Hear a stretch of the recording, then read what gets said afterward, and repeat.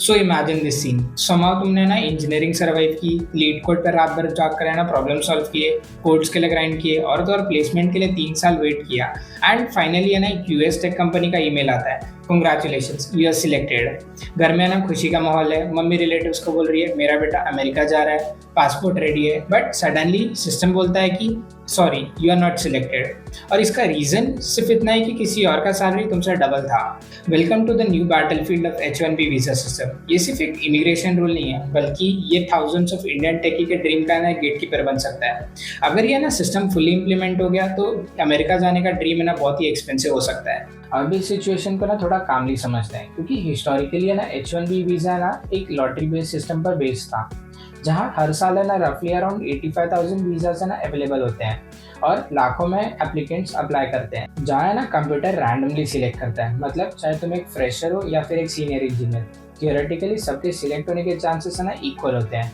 लेकिन अब जो सिस्टम प्रपोज किया जा रहा है वो पूरा गेम चेंज कर सकता है, क्योंकि यहाँ आइडिया ये है कि जो लॉटरी बेस्ड सिस्टम है ना उसको हटा के सैलरी बेस्ड प्रायोरिटी सिस्टम को ना इंट्रोड्यूस किया जाए। इसका सिंपल मतलब ये है कि जिसका सैलरी ज़्यादा उसका वीज़ा पहले, और इसी वजह से ना टेक कम्युनिटी में बहुत बड़ा डिबेट चल रहा है। अब यहाँ ना थोड़ा टेक्निकल लेवल भी समझना बहुत इंपॉर्टेंट है, क्योंकि यूएस डिपार्टमेंट ऑफ लेबर ने ना हर जॉब रोल के लिए 4 वेज लेवल है ना डिफाइन कर रखा है। दैट इज ये लेवल 1। लेवल 1 में क्या होता है ना, जो यूजुअली एंट्री लेवल ग्रेजुएट्स होते हैं या फिर फ्रेश ग्रेजुएट्स होते हैं, जिनका एक्सपीरियंस है ऑलमोस्ट 0 होता है। सेकेंड आता है लेवल 2। लेवल 2 में क्या होता है, जो इससे थोड़े सीनियर प्रोफेशनल्स होते हैं, जिनका लेवल 1 to 2 ईयर्स का होता है। देन आता है थर्ड लेवल 3। लेवल 3 मतलब जो सीनियर प्रोफेशनल्स होते हैं, जिनका यूजुअली एक्सपीरियंस होता है 3 to 5 years. And the last one is level 4। ये है ना सीनियर लेवल के प्रोफेशनल्स होते हैं, जिनका यूजुअली एक्सपीरियंस होता है 5+ ईयर्स। अब अगर देखा जाए तो करंट सिस्टम के हिसाब से ना कंपनी किसी भी लेवल के एम्प्लॉयज़ को ना स्पॉन्सर कर सकती है, लेकिन अगर प्रपोज सिस्टम के हिसाब से देखा जाए तो उसको है ना सैलरी के ऑर्डर में चलना पड़ेगा।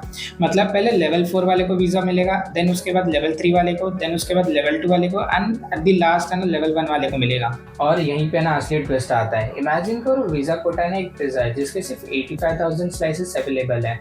सो अगर लेवल 4 और लेवल 3 के लोग है ना मेजोरिटी ऑफ स्लाइसेस ले गए तो फ्रेशर्स के लिए क्या बचेगा? प्रैक्टिकली कुछ भी नहीं, राइट?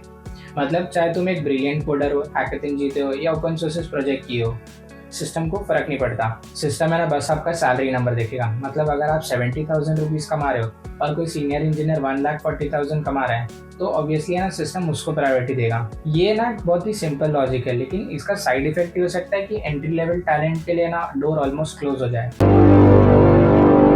अब यहाँ ना एक और इंटरेस्टिंग एंगल है। सो अगर तुम यहाँ ना एक फ्रेशर हो जिसका सैलरी 65,000 रुपीज़ से 70,000 रुपीज़ के बीच में है, और सेम रोल में ना एक और सीनियर मेंबर है जिसका सैलरी 1,40,000 रुपीज़ है, तो गेस करो कौन जीतेगा visa? Obviously senior level member, क्योंकि यहाँ सिस्टम का बेसिकली ये कहना है कि टैलेंट बाद में सैलरी पहले। इसका मतलब ये हुआ कि यंग प्रोफेशनल्स के लिए एंट्री है ना और भी टफ हो सकती है, क्योंकि पहले क्या होता था ना, बहुत सारे इंडियन स्टूडेंट्स है ना यूएस में मास्टर्स करते थे और H1B वीज़ा के थ्रू है ना जॉब को कंटिन्यू करना चाहते थे। लेकिन ये सिस्टम के प्रपोज होते ही ना उनके लिए ये रूल है ना एक अनसर्टिनिटी क्रिएट कर देगा। कॉर्पोरेट साइड से भी ये डायनामिक्स है ना इंटरेस्टिंग है, जहाँ लार्ज कंपनी जैसे गूगल, माइक्रोसॉफ्ट और अमेजोन है ना जनरली अपने एम्प्लॉयज़ को हायर वेजेस पे करती हैं। इसके लिए उनके एम्प्लॉयज नॉर्मली है ना हायर वेज लेवल्स में ना फॉल करते हैं। लेकिन आउटसोर्सिंग कंपनी जैसे TCS, विप्रो और इन्फोसिस का बेस मॉडल है ना काफ़ी हद तक entry level H1B visa workers पे ना डिपेंड करता है। सो अगर यहाँ ना वीज़ा सिलेक्शन सैलरी प्रायोरिटी पर शिफ्ट होता है तो उनका कॉस्ट स्ट्रक्चर है ना ड्रामेटिकली शिफ्ट हो सकता है। इसीलिए ये पॉलिसी सिर्फ इमिग्रेशन रूल नहीं है, बल्कि एक ग्लोबल टेक हायरिंग स्ट्रैटेजी को भी ना इम्पैक्ट कर सकती है।